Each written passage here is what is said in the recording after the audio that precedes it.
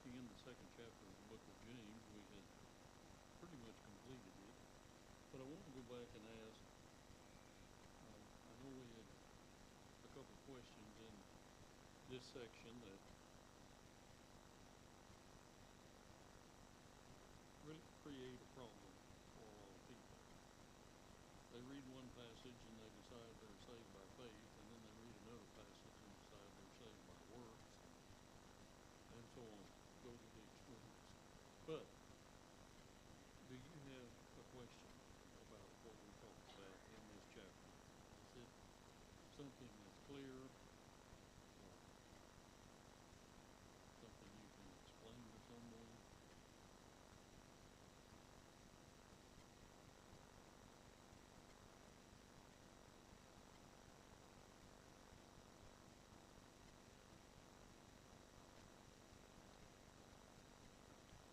All right, we'll begin chapter 3. I wasn't sure. I just wanted to know if anybody, I know we discussed a lot of this in the class.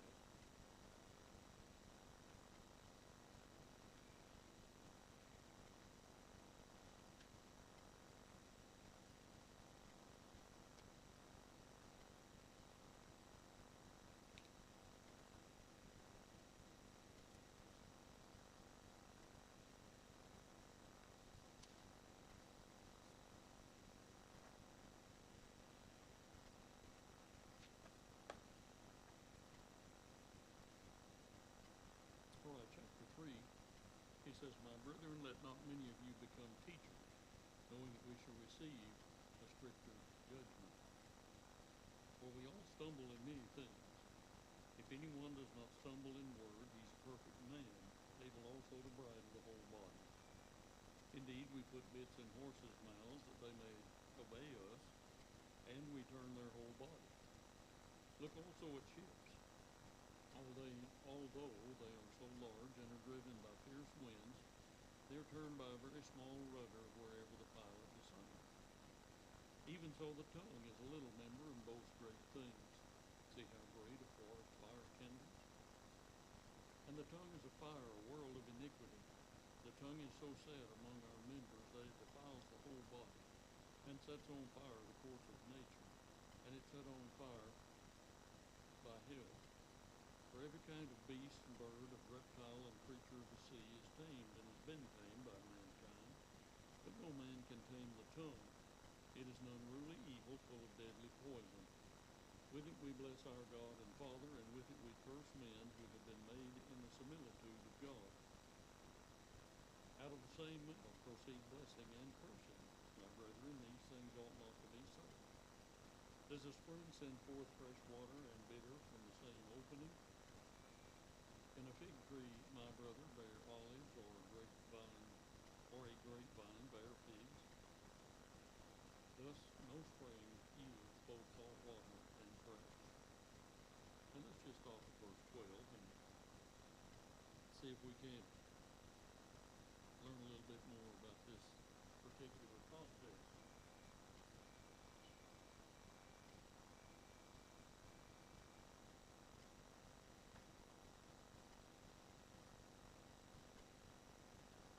You'll notice he begins by saying, "My brethren, let not many of you become teachers, knowing that we shall receive a stricter judgment."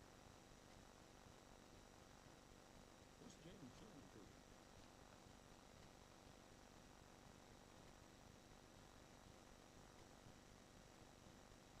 Someone?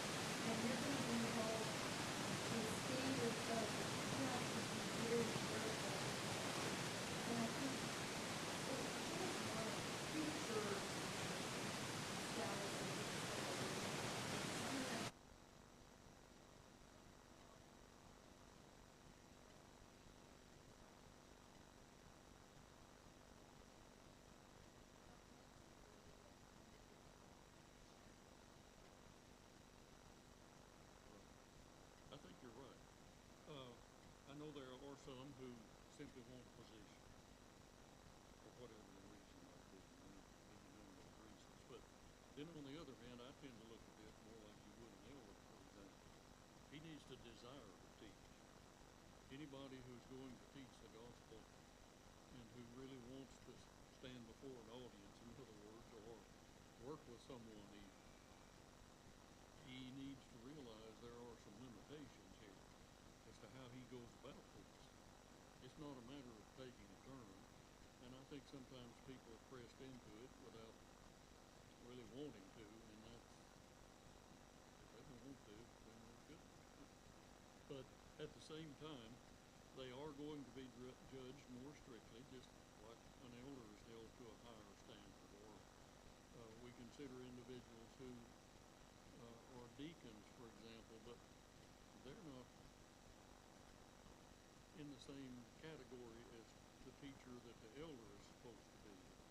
Doesn't say anything about that to the deacons as it does in regard to the elders. So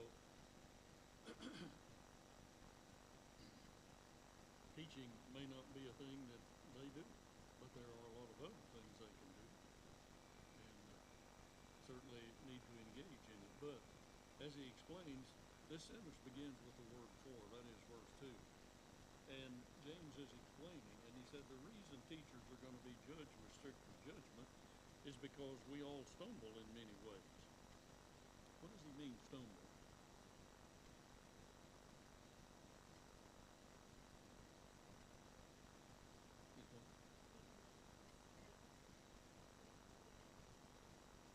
Is this the area of sin we're talking about? Like stumbling block?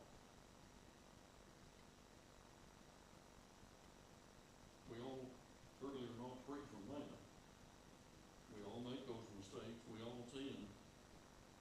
But the one area where we can really see, and he's zeroing in on here, is in what we say.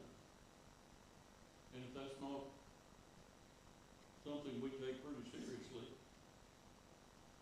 the implication's really, I think, pretty open here. It's fairly clear. The teachers talk more. That's what they do. And so, as a result of that, they're going to come under stricter judgment, but that's because they have said a lot more words. And of course, the passage shows us this has to take into account and recognize our responsibilities and our opportunities. Now, you remember Jesus said to whom much is given, much is required. It's a shame for an individual with this ability to not use it. On the other hand, the teacher will be judged for his teaching. But a parent's going to be judged for his parenting too, and part of that's teaching.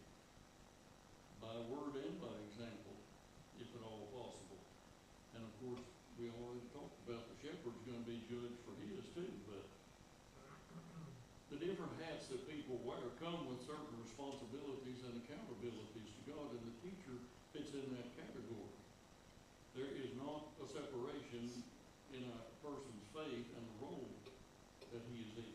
So, I think verse 2 is telling us a little bit about James's attitude in regard to the tongue. Anybody who doesn't stumble in what he says, he's a perfect man, able to bridle his own body. That's an interesting thought, isn't it?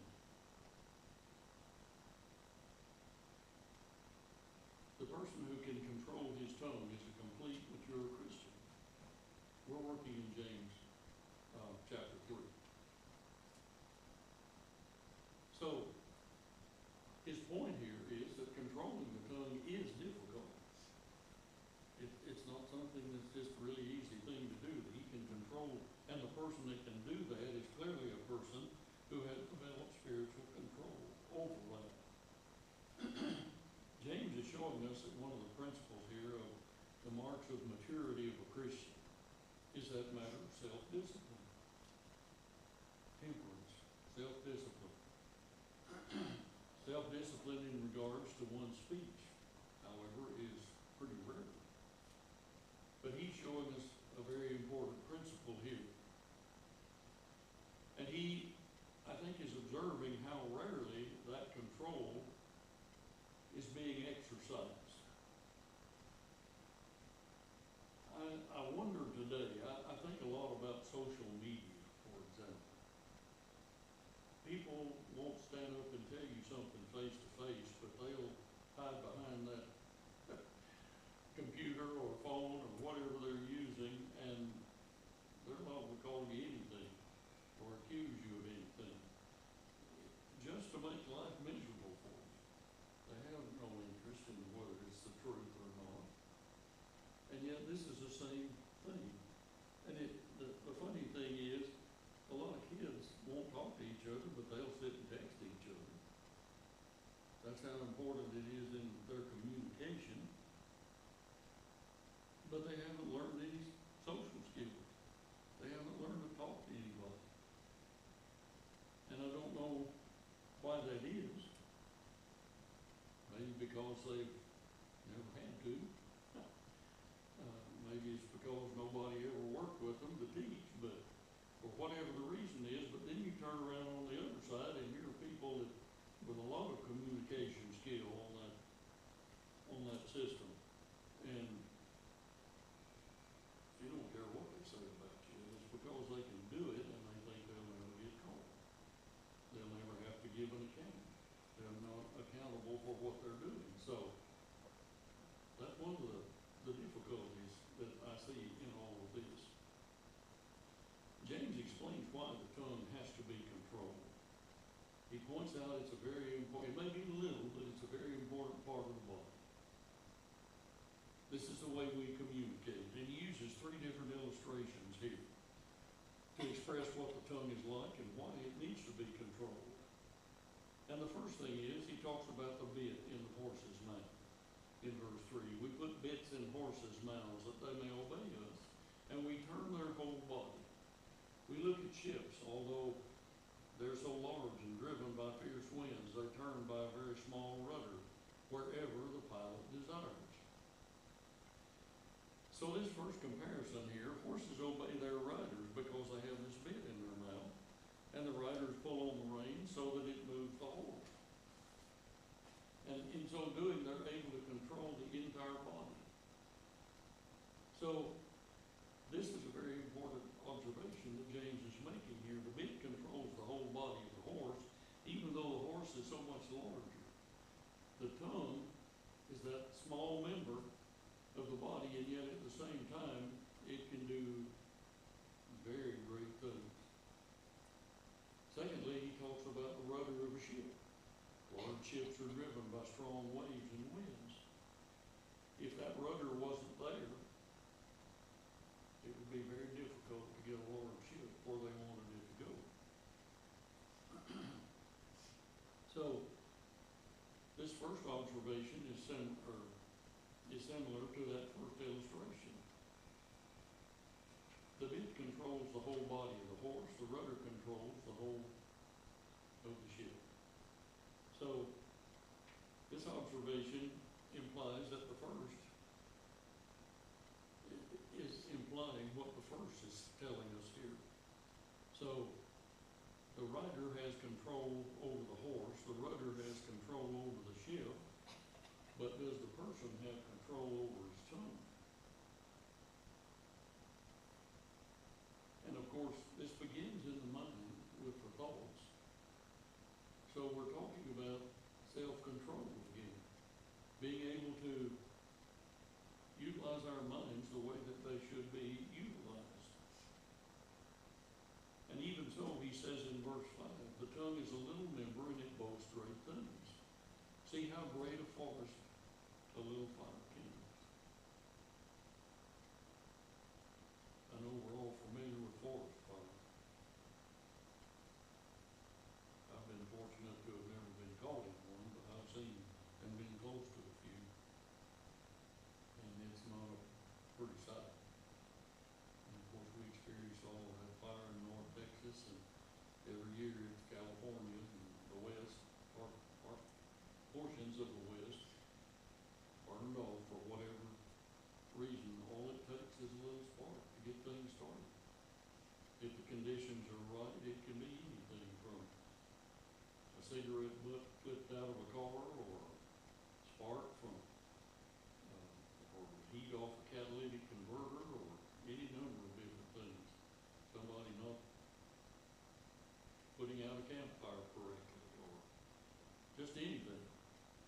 So, this fire illustration, I think, adds another dimension to James's teaching here.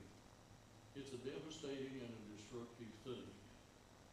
And that's his emphasis in this thing about the fire. A small fire, a spark. This can set a huge forest ablaze and just burn for hundreds and hundreds and thousands of acres. And it becomes very difficult to put out. But this dimension here, I think in particular, is important. Yes, sir. Just a general observation, I'm wondering if you would agree. It seems to me, at least in our culture here in North Texas, that we start off as kids, we have pretty good control of our tongue, we're taught to be seen and not heard. Then we get to be teenagers, college, and we completely lose that, and we sin with our tongue all the time. Then we get older and we realize, boy, that really gets me in trouble, and we kind of control the tongue again, so we're cycling. But I volunteer with hospice, and they send me to nursing homes where the senior people have no control over their tongue at all. So it just seems like, as a culture, we just vacillate on this control of the tongue. Would you agree with that generality? I think that's a very astute observation. So not as, for me, now y'all are all young, but for me, as I'm getting old, that makes me think, man, I'm gonna have to watch this battle all over again about this tongue and keep that under control. So I've heard, and it tends to be in our culture that women outlive the men, so this tends to be grandmas that say, oh, I can say what I want and get away with it. Well, that's cute to a point, unless we're crossing that line and losing control of the tongue. So I can't cross that line and lose control of my tongue and have an excuse, is the main point I'm trying to make. That's definitely so, yes, sir. And while I think it does sort of include maybe foul language and stuff, I think this is also talking about just maybe the way we say things, the harshness or the anger. And I guess I look at congregations who divide over personalities or, something somebody teaches, and we cannot seem to find a way to work through as a congregation or something of misunderstandings or something. And I think it agrees with, when he was saying, yes, we all have problems controlling it, but I think we're also talking about, because as teachers, we could really harm the congregation. The whole church is really influenced by the way that the teacher teaches.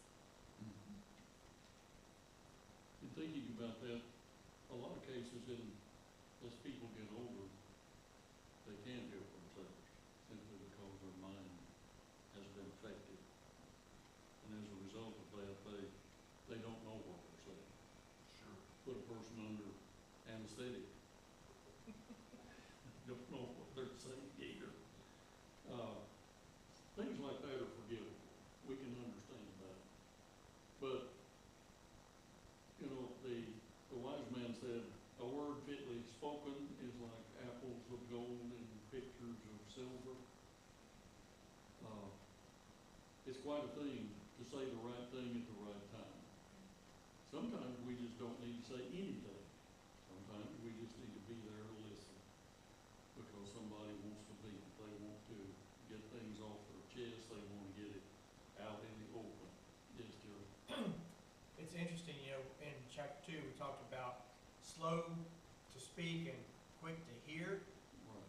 Well, I'm sure we've all heard the adage that God gave us 2 ears, 1 mouth. That means we need to speak less, listen more. I mean, that's not the reason why he gave us 2 ears, but it is a good application of said anatomy. It emphasizes the importance that we need to listen. And in my work, I have dealt with many speech classes and many classes on communication, and it's always talking about active listening. And that entails understanding what is being said and not speaking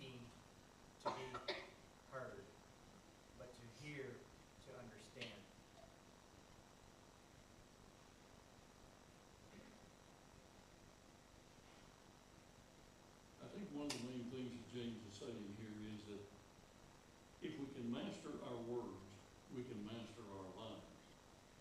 He wants these Christians, these are primarily Jewish Christians evidently he's writing to, people that have been dispersed, and yet they know what the law says, and they're familiar with the Old Testament. And at the same time, all of this is new. And sometimes what we say really hurts.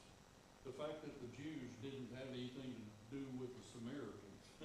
For example, you can imagine the tension.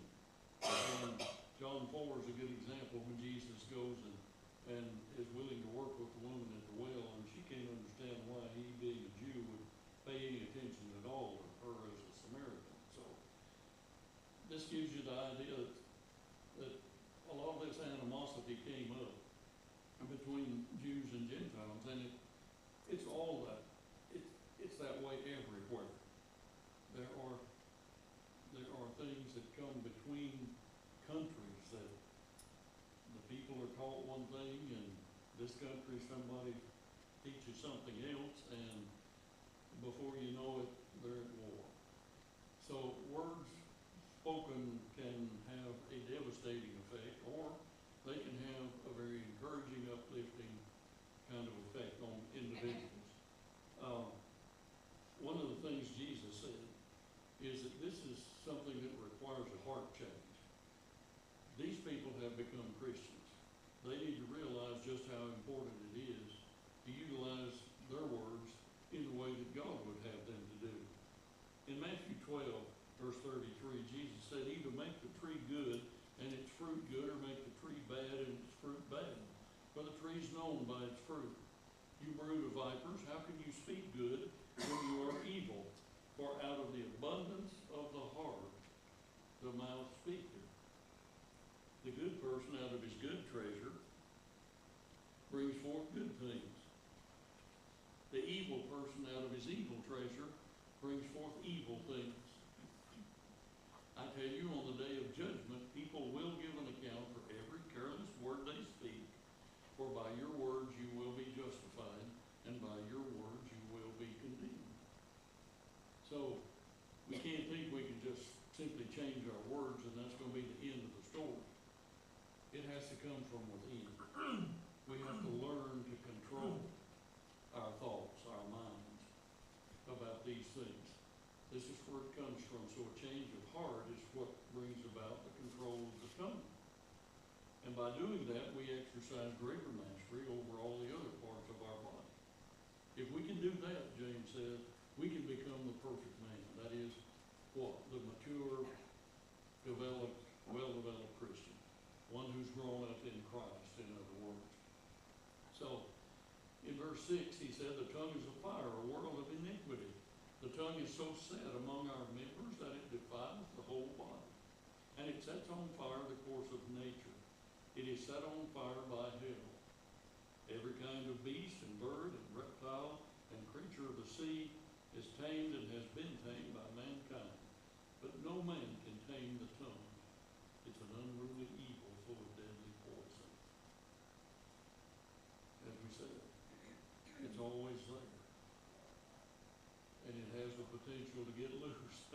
If we're not thinking before we're speaking, we'll say something sooner or later, even though we're trying our hardest, and it will wreak havoc among those that are here. Careless words, we know, destroy relationships, destroy people's lives, hurt feelings. Yes. And it can be, you can be saying the right thing and saying it in the wrong tone, and do just as much damage. We hurt ourselves too, don't we? We hurt our own lives by the use of, improper use of our tongue. So, as you mentioned, let's go back to this: quick to hear, slow to speak, slow to anger. Yes. And that's one of the problems of social media is you can't get the intonation that you do in person. And of course, that can be good or bad, because if you're in person and you're using the wrong tone of voice, that's not good.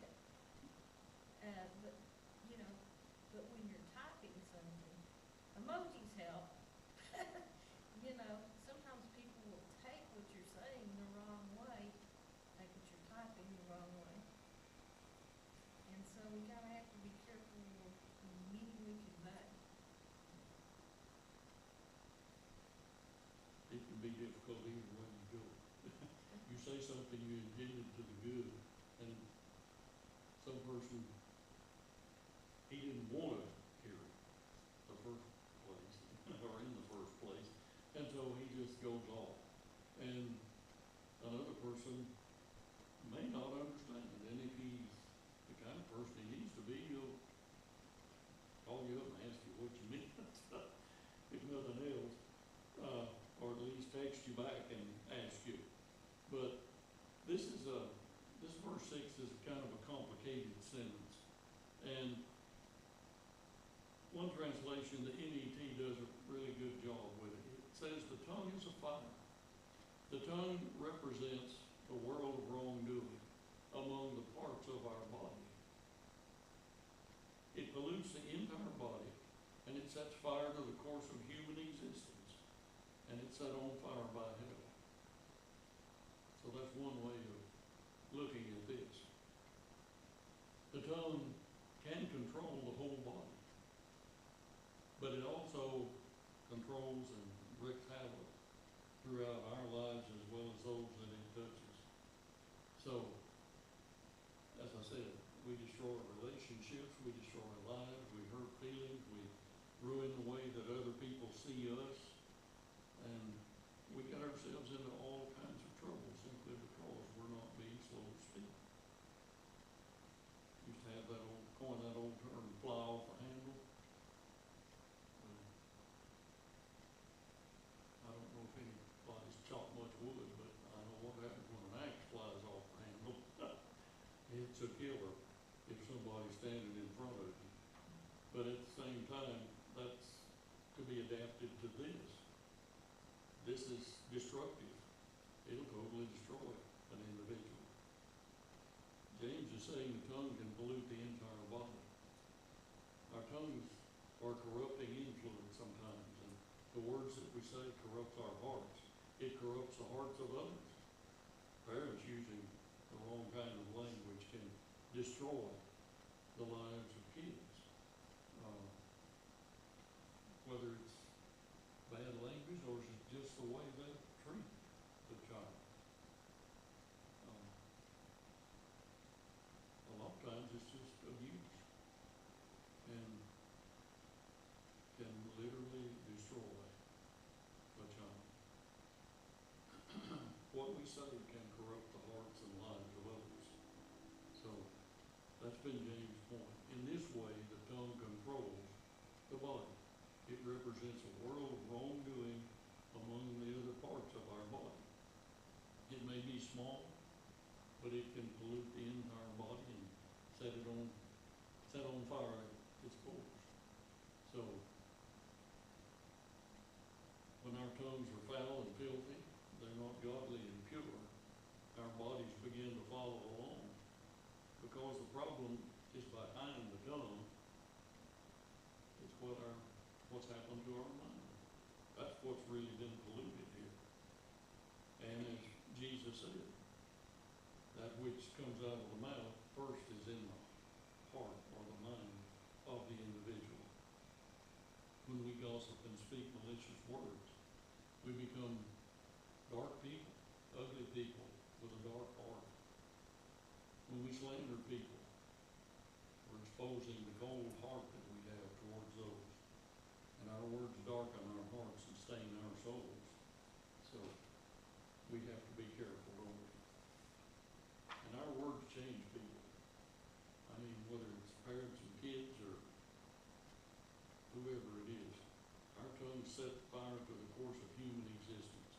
And the cycle just keeps going and going from generation to generation. So our careless words and hurtful words, they harm people and they set the lives of others to destruction. But James is sharing a little bit of irony here in verses 7 and 8. He says humans have been able to tame all kinds of wild animals, birds, whatever,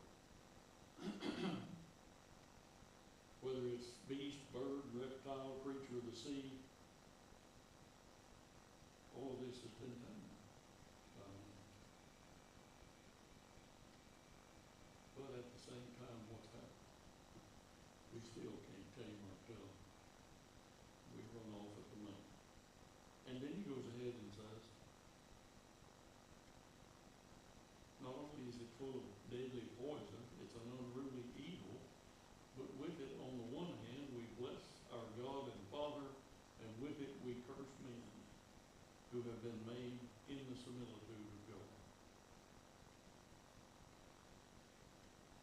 When man was created, this is what he says about him. Let us make man in our image.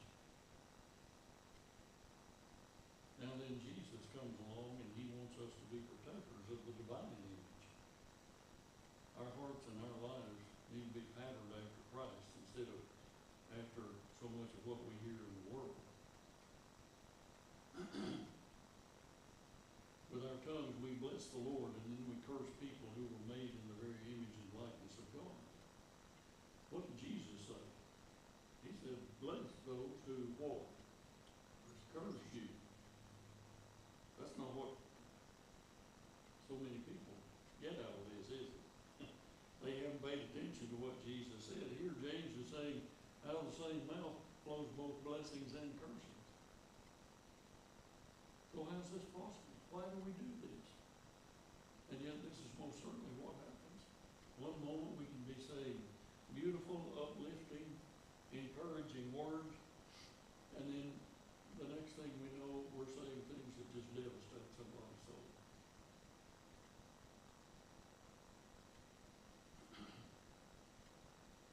So, James is very plain. He said, none written, these things ought not to be against me. There's so many reasons why I am angry at Satan, hate Satan, fill in that blank however you want to. One of the big reasons is he doesn't have to do any new tricks. Every generation of humans, we get the same thing and we fall into the same trap, trying to do sins of the mouth. You don't agree with me, so you're dumb and I hate you, and the next generation doesn't learn from the previous, and we do the same thing. And God says it's just plain wrong. It's evil. There's no mistake. If I don't see you as someone that's made in the similitude of God, that's on me. And I haven't learned a thing. I'm still an immature child. Exactly. You know, actually, the first sin was a result of a conversation between Satan and Eve. So that started way early on. And a lot of words after that cause other things too.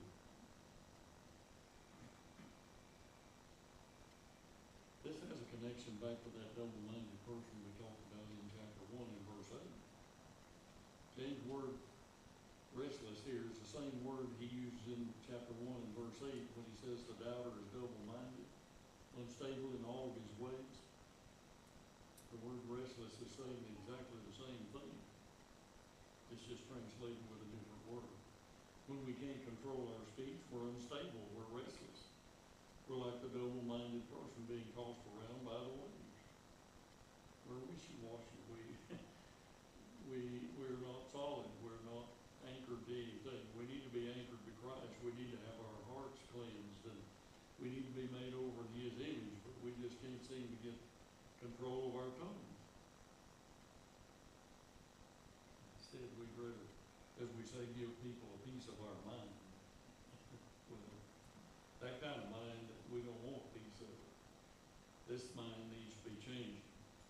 We can't be God-focused and have a critical, filthy, or impure mind, which results in the tongue that follows. And I know people go to worship this way. On the one hand, they're praising God, and on the other hand, they're cursing their fellow man. I don't mean using bad language. I mean in the sense of wishing evil upon them. But our mouths are praising God, and yet at the same time, we don't feel any, or seem to feel any pains of conscience, because we haven't educated ourselves to what we need to be saying. Or if we have, we just plain callous that conscience over. Yes, Gerald. We need to take the example of Christ on that. He of all people could have been the one that could have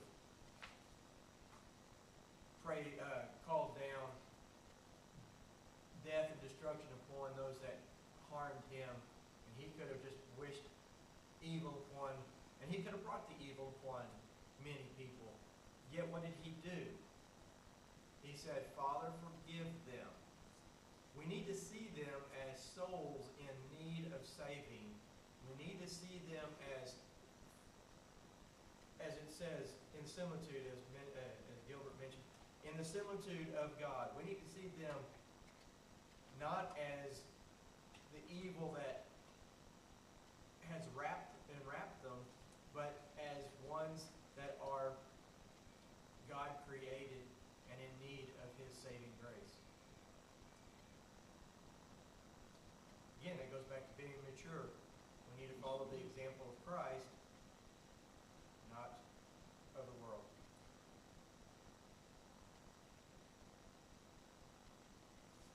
It's interesting.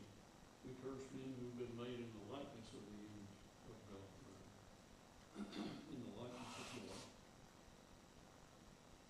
And then he closes with saying, does the fountain send out from the same opening both fresh water or bitter? And a fig tree, brethren, produce olives, or a vine produce figs? Salt water can't produce fresh water either. So,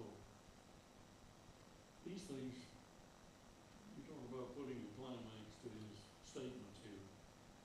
They drive a stake into the heart of the individual who is not paying attention.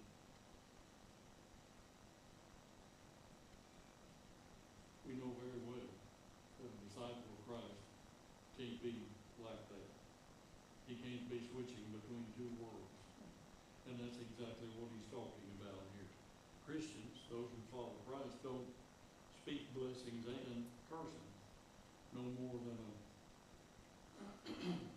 grapevine can bring forth figs or whatever it is. Okay, I'm ready to ask you the hard questions. I'm here to learn, so tell me from your experience or anyone else, give me a tool I can use to help me better control my tongue. What works for you? The best I have right now is I've been blessed with a couple of people in my life who are just exceptional at control of the tongue. So if I can catch myself, I'll think, what would that person say? Can I act like that person? And that works most of the time, but I would like an even better tool. So what works for you, for y'all? How do you get better control of your tongue? Well, I think you hinted at it. What would Jesus say? Is what we need to think here. You remember in Ephesians 4:29, he said, let no corrupting talk come out of your mouth, but only such as is good for building up and fits the occasion, that it may give grace to those who hear. Ephesians 4:29. If we can keep that in mind, it will help us tremendously. What helps you, Cindy? I don't know if I'm very good at it, but my brother tells a story when he was teaching a Bible class, and they were talking, I think, about this topic, or, like controlling your tongue. And a man raised his hand and said, oh, I used to work where this gentleman would say nothing, and the arguments would fly all around him. And then at the end, everybody would turn to him and ask his opinion.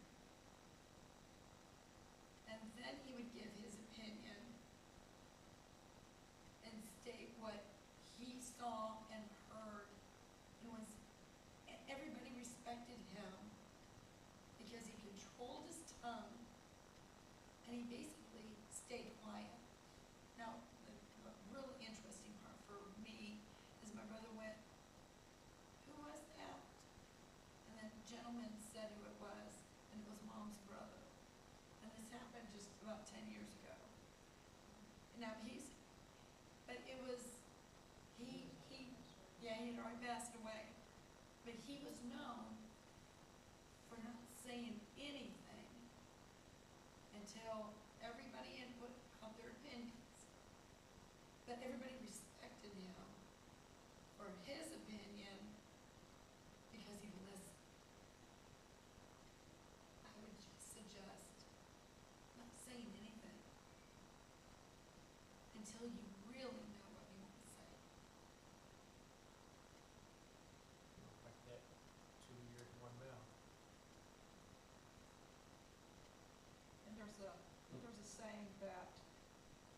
to be much more common in our society that if you can't say anything nice, then don't say anything at all.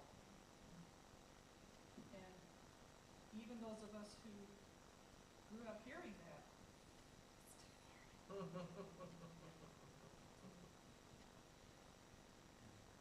Well, this is social media and it's keyboard still at the time, but I've just gotten so fed up with all the political arguing and everything. I put Well, on this my is the time Facebook of year page, for that, isn't it? I put on my Facebook page that, I stated that I was tired of all that, and from now on, if I think a reply is warranted to something, I'm just gonna put scriptures. I'm not gonna express an opinion of my own, I'm just gonna quote an applicable scripture or two. Well, we may think it's impossible here, but God's saying, yes, you can. It doesn't do us any good to say, I can't do that. That just leaves us hanging out there. Good point. Excuse me. But, like I said, God is telling us we can change, and we can do it with His help. And that's why we look at passages like Ephesians 4:29. Another version of it says, don't use foul or abusive language. Let everything you say be good and helpful, so that your words will be an encouragement to those who hear them. That's the NLT. So, we need to learn from James. He wants us, as Paul said to the Ephesians in verse 23 of chapter 4, to be renewed in the spirit of our minds. And to put on that new self, created after the likeness of God in true righteousness and holiness.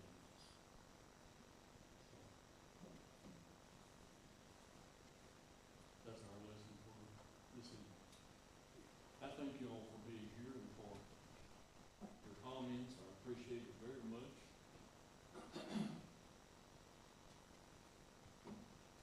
You have a song, Gerald? I do. Good for the invitation.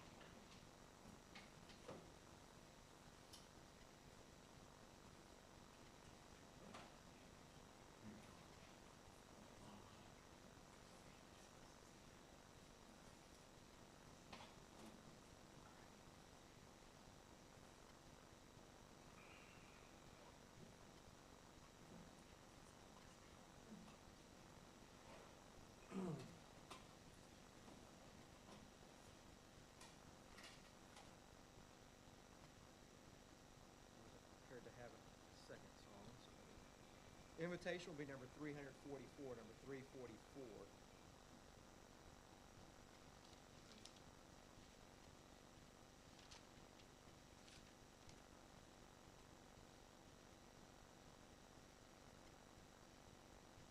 If it's not obvious, everybody turn to number 394.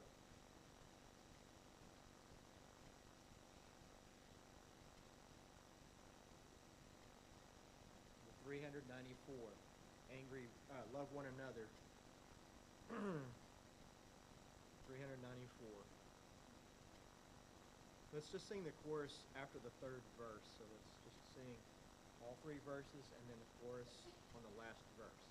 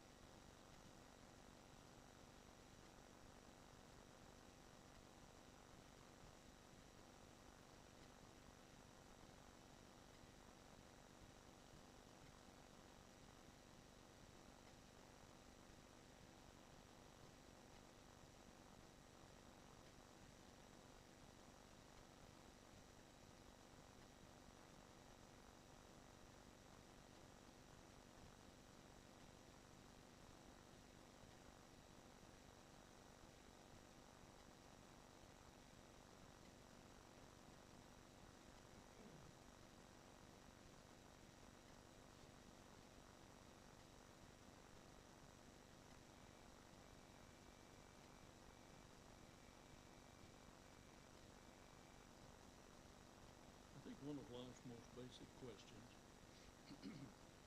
is whether or not we put our trust in God. It's almost impossible for us as human beings to keep from trusting someone. It may be our parents, it may be a good friend, it may be someone who's taught us something, but we tend to trust somebody. And we usually trust them to help us make the important decisions in life. So the only question is what we're going to choose as the object of our trust. Is it going to be things? Is it going to be someone? What's going to be the object here? We're surrounded by so many things and so many people that compete for our trust. So as we live from day to day, this challenge that we face is to make a wise choice as to the source of our security. Most of us, I think at some time or other, have experienced disappointment because someone we trusted didn't follow through. He didn't give us good information, or he did something that destroyed that trust. He may have said something, as we've been talking about tonight. But one of the most important things we can learn about God is that he's not like that. Back in Proverbs chapter 3, there's a passage we use a lot. And verse 5 simply says, "Trust in the Lord with all your heart and lean not to your own understanding." So that, along with the verses that follow, are very helpful in who we need to trust. In all your ways, he said, acknowledge him, and he'll make your path straight. Do not be wise in your own eyes. Fear the Lord and turn away from evil. It will be healing to your body and refreshment to your bones.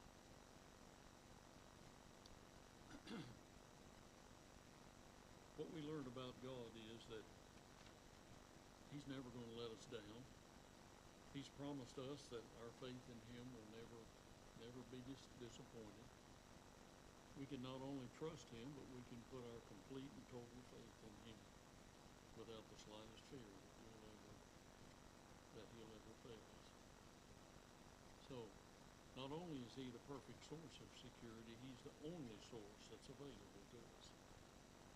And we're really foolish if we don't avail ourselves of his dependability. To say that we trust God, however, means more than just the words. It means more than having some kind of a simple, warm, fuzzy feeling when we think about God. Putting our confidence in God means that we trust him to be the ruler of our lives.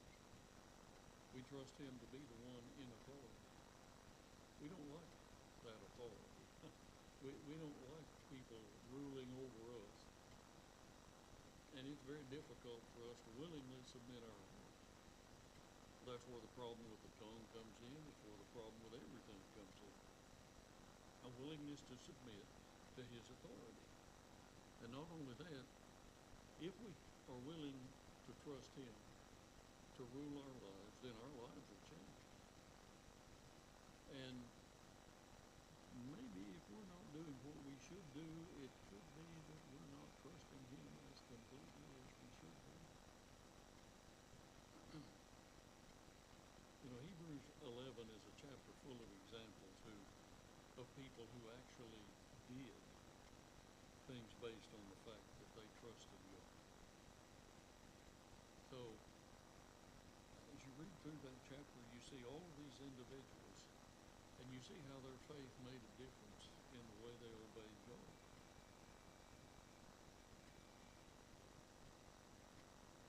James reminds us, as the body apart from the Spirit is dead, so also faith apart from works is dead. We've just seen that happen in our studies. So, the question is, do we trust God or not? I mean, really trust God, like we been talking about here.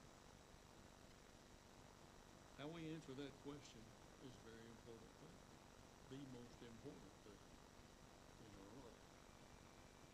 So whether we make God the source of our ultimate security, or whether we go somewhere else, is a question we're all going to have to answer. So, to answer that question, we have the God of the Bible that we can read about, we can learn about, we can understand about Jesus as he walks upon this this earth. And we can see the kind of life he lived, the examples that he set, the word, listen to the words that he spoke. And we can see why we need to learn to trust him. I hope you'll think about that. We have a song selected. If there's something we can help you with as far as turning your life over to God, we'll do what we can. Would you come while we stand and while we sing?